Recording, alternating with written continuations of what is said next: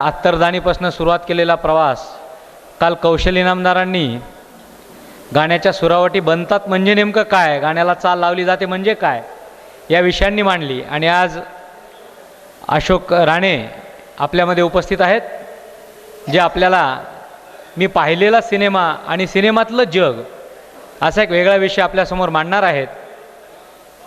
या व्यासपीठाच्या परंपरेनुसार या व्याख्यानाला आलेला पहिला श्रोता कुमारवयीन सिनेमाचा रसिक मधुर राखे आपल्यामध्ये उपस्थित आहे. तो सर्वात अगोदर या व्याख्यानाला आला होता. त्याला विनंती करतो की आमच्या सगळ्यांच्या वतीनं त्यानं पाहुण्यांचं स्वागत करायचं आहे. स्मृतिचिन्ह, पुष्पगुच्छ आणि त्यांच्या आवडीचं एक पुस्तक आम्ही त्यांना वसून सकाळपासून खरं तर त्यांच्यासोबत फिरण्याचा एक चांगला योग, एक चांगली संधी मिळाली. कालही ती संधी मिळाली होती. खरं तर जागतिक दर्जाचा अभ्यास असलेली माणसं आली की एक दडपण असतं मनावर. ती बोलतील कसं, आपल्याशी वागतील कसं.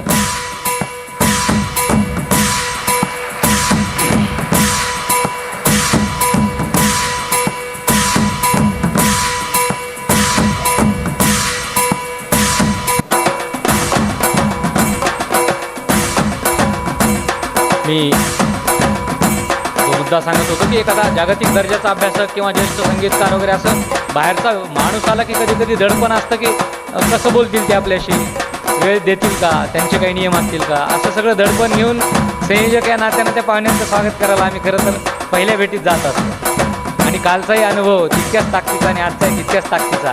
ते अगदी साधंसुधं व्यक्तिमत्व, सगळं काही अगदी साधं, वेळ भरपूर आम्हाला दिला आहे, गप्पा झाल्यात चांगल्या.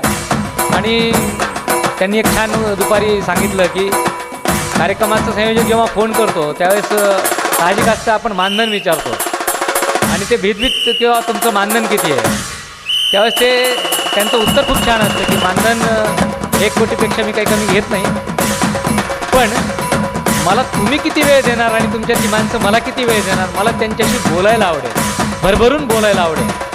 हा स्वभाव त्यांचा, हा त्यांचा ॲटिट्यूड, हा खरं त्यांचा परिचय आज दिवसभरात वेगळ्या अर्थानं मला झाला.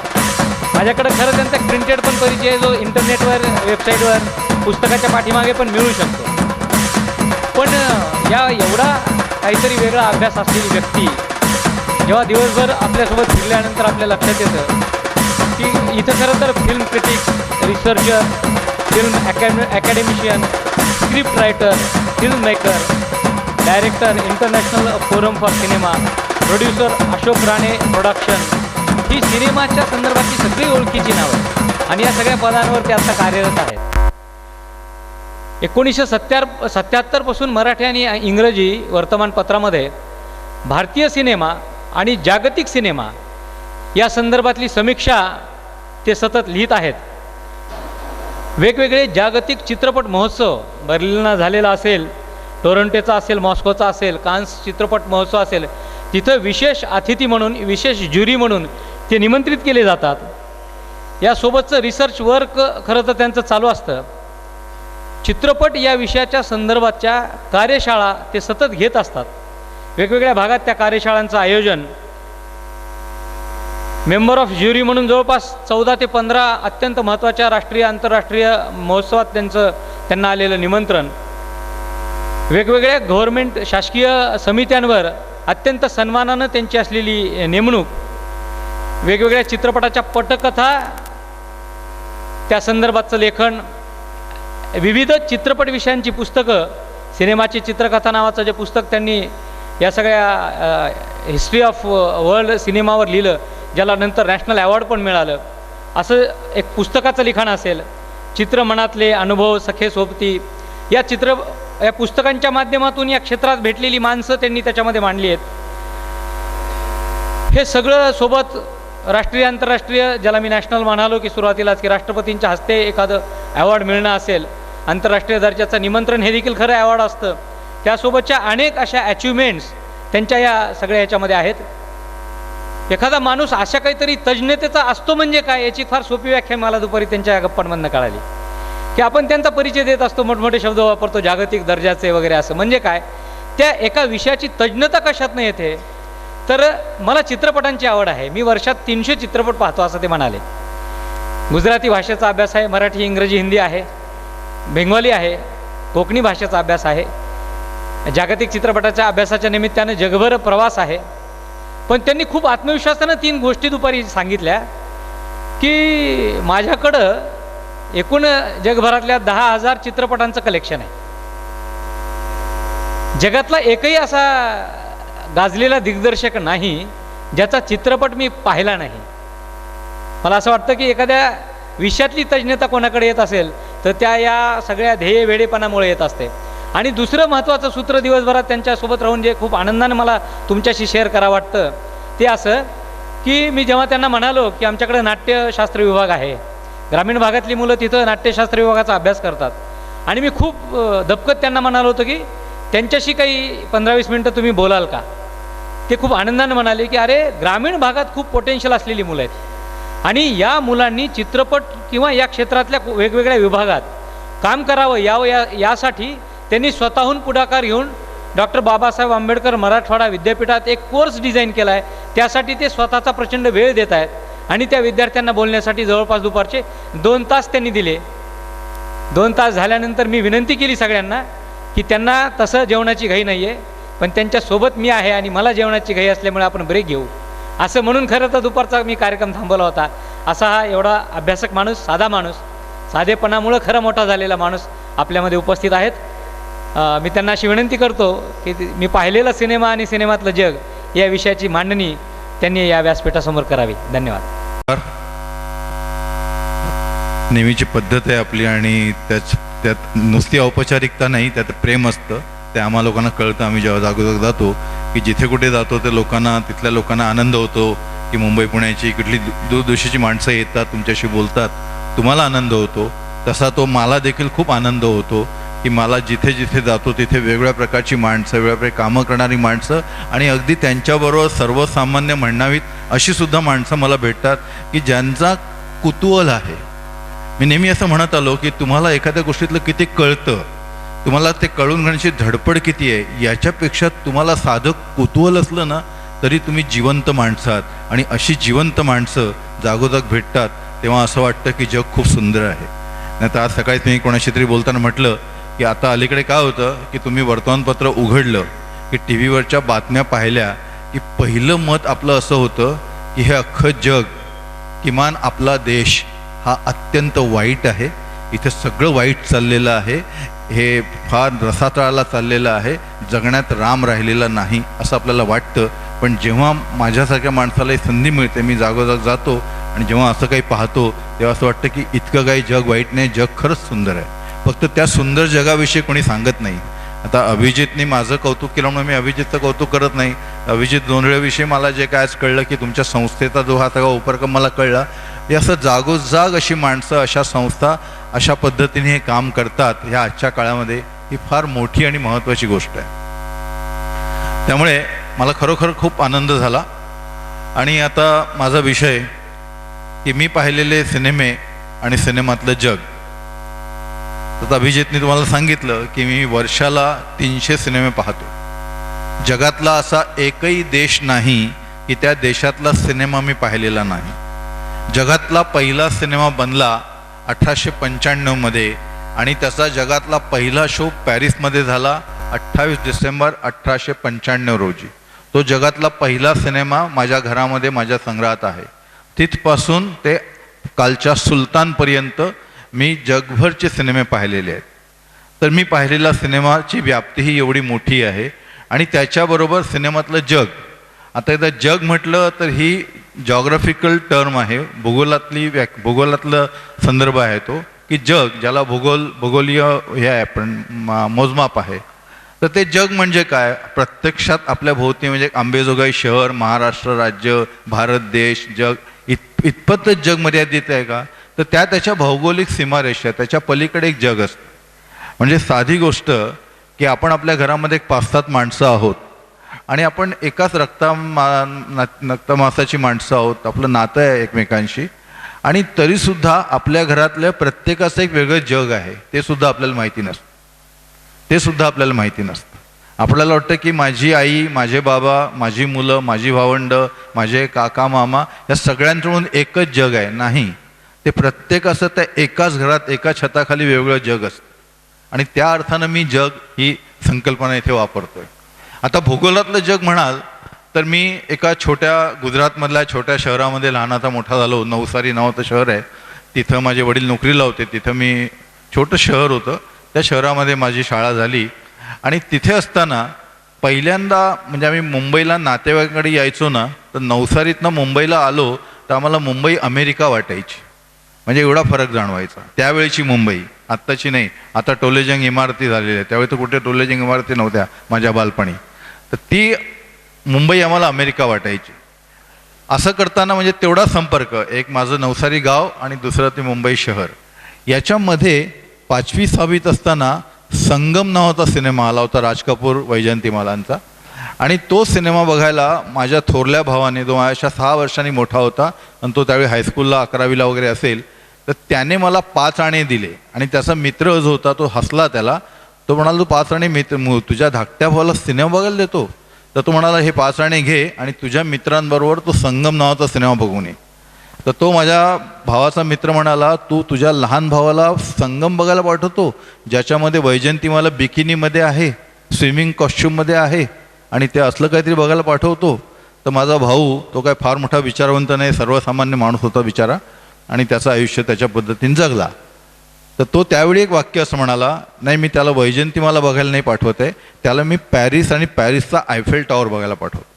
तिथं माझं भूगोल तिथं मोठं झालं. मी नवसारीतनं वाया मुंबई मी डायरेक्ट पॅरिसला गेलो. आणि जेव्हा मी संगम बघून आलो तेव्हा माझ्या मनात पहिली इच्छा अशी निर्माण झाली की मी मोठेपणी जो कोणी होईन, किती गरीब श्रीमंत, काय पैसा अडका जो काय असेल नसेल तो होईल, पण मी आयुष्यात एकदा पॅरिसला जाणार, त्या आयफेल टॉवरवरती जाणार. तर मी असा भूगोलाच्या माध्यमातून जगाशी जोडला गेलो. त्याच्यानंतर मी 18-19 वर्षांचा होतो आणि तो माझा फार बेकारीचा आणि फार वाईट काळ होता तरुणपणीचा.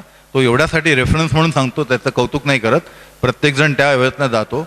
पण त्या अशा अस्वस्थ अवस्थेमध्ये मुंबईमध्ये खिशात पैसा नाही, नोकरी धंदा नाही, शिक्षणाचं कसं तरी चाललेलं आहे राडगाडगं, आणि त्या अस्वस्थतेमध्ये आणि आतमध्ये एक कलावंत आहे, तो त्याला काही कळत नाही काय होणार आहे. आणि असा दुपारचा खायला अन्न नाही, प्यायला पाणी नाही, चहा नाही, काही नाही, आणि असा उपाशी दापाशी रस्त्याने फिरताना आता काय करावं, फिरून फिरून जमलो कुठे जावं. तर दादरच्या लायब्ररीमध्ये गेलो आणि तिथे त्या दिवशी रविवार होता आणि रविवारचे सगळे पेपर वाचून काढले. त्यात लोकसत्ता होता. त्या लोकसत्तेमध्ये शांताराम पारपिल्लेवार हे नंतर माझे खूप चांगले मित्र झाले, त्यांचा एक लेख होता. आणि तो लेख होता पॅरिसमधल्या असलेल्या लूव्र म्युझियमचा. आणि ते लूव्र म्युझियम म्हणजे जगातले सगळी उत्तमातली उत्तम पेंटिंग, शिल्प सगळं तिकडे, म्हणजे जगातलं सगळ्यात मोठं कलादालन असं ते लूव्र म्युझियम आहे. त्याच्याविषयी त्यांनी लिहिलं होतं. आणि त्यात त्यांनी असं लिहिलं होतं की त्या लूव्र म्युझियमची रचना अशी आहे की वरती काचेचं छत आहे आणि तुम्हाला नैसर्गिक प्रकाशामध्ये ती पेंटिंग्स पाहता येतात, ते कलावस्तू सगळ्या पाहता येतात. आणि मग आता माझी प्रायोरिटी बदलली की मला आता आयफेल टॉवर नाही बघायचं पॅरिसला, मला लूव्रला जायचं, लूव्र म्युझियमला जायचं. आणि आणखीन मध्ये 4-5 वर्ष गेली आणि वयाच्या 23व्या वर्षी मी फिल्म सोसायटी मुवमेंट नावाच्या चळवळीमध्ये आलो.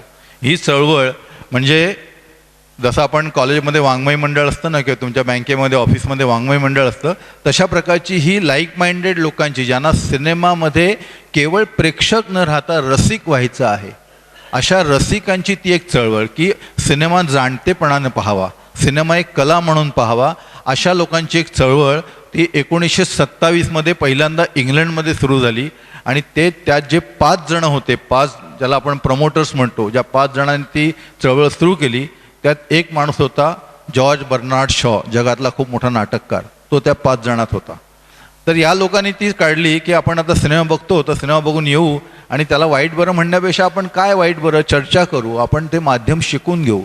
कसं आहे की नुसतं वाईट बरं बोलायला फार अक्कल लागत नाही, ते कुणी बोलू शकतं, पण ते समजून वाईट बरं बोललं की आपण प्रगल्भ होतो. त्या पलीकडच्या कलेचं आणि कलाकृतीचं काय व्हायचं ते होईल, पण आपण प्रगल्भ होतो, आपली समज वाढते. दादासाहेब फाळके हे मराठी आहेत आणि आपण सगळे मराठी आहोत, म्हणून केवळ मराठीच्या प्रेमाखातर मी म्हणत नाही. मी अख्ख्या जगातल्या सिनेमाचा अभ्यास करून हे अगदी ह्याने जाणतेपणानं विधान करतो, सगळीकडे करत आलेलो आहे की दादासाहेब फाळके हे जगातले पहिले दिग्दर्शक आहेत की ज्यांनी जगाला सांगितलं की सिनेमाचं शिक्षण देणाऱ्या संस्था पाहिजेत, फिल्म इन्स्टिट्यूट पाहिजे, फिल्म स्कूल पाहिजेत, पण त्याचबरोबर प्रेक्षकांना शिकवणाऱ्या पण शाळा वाढल्या पाहिजेत. जर तो प्रेक्षक शहाणा नाही झाला तर सिनेमा शहाणा होऊन उपयोगाचा नाही, किंवा तो नाही शहाणा झाला तर सिनेमा शहाणा होणार नाही.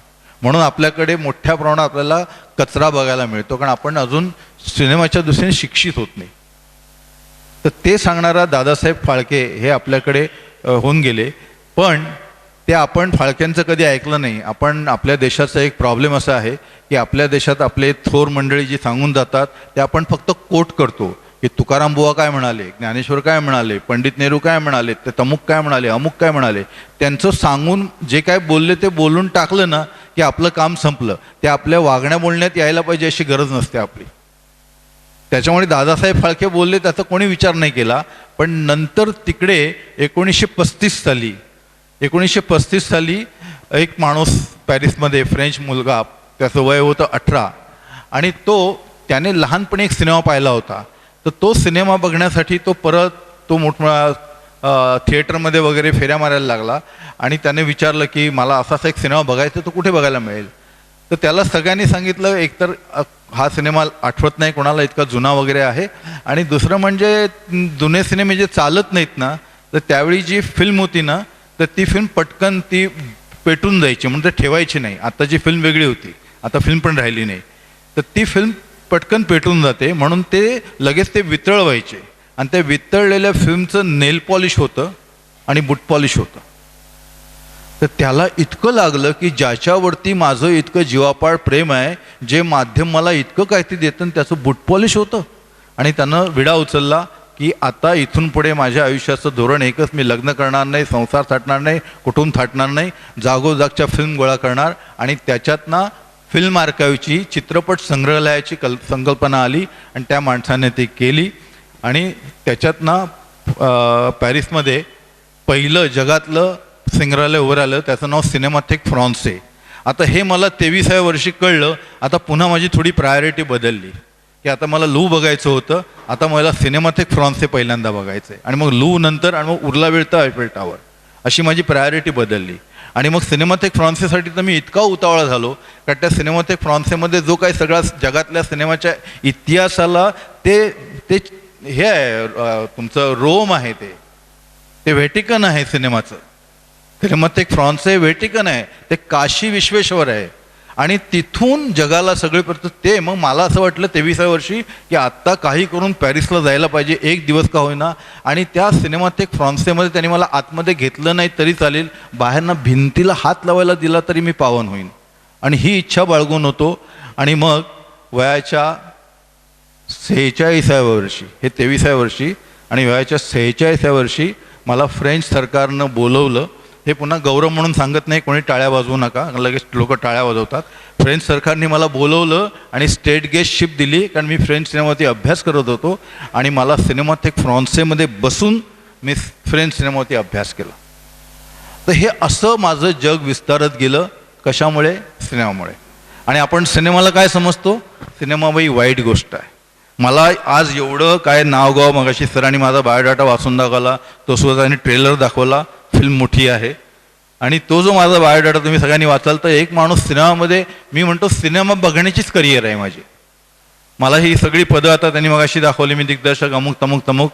मी 2 वर्षापूर्वी साधनामध्ये कॉलम लिहिला वर्षभर.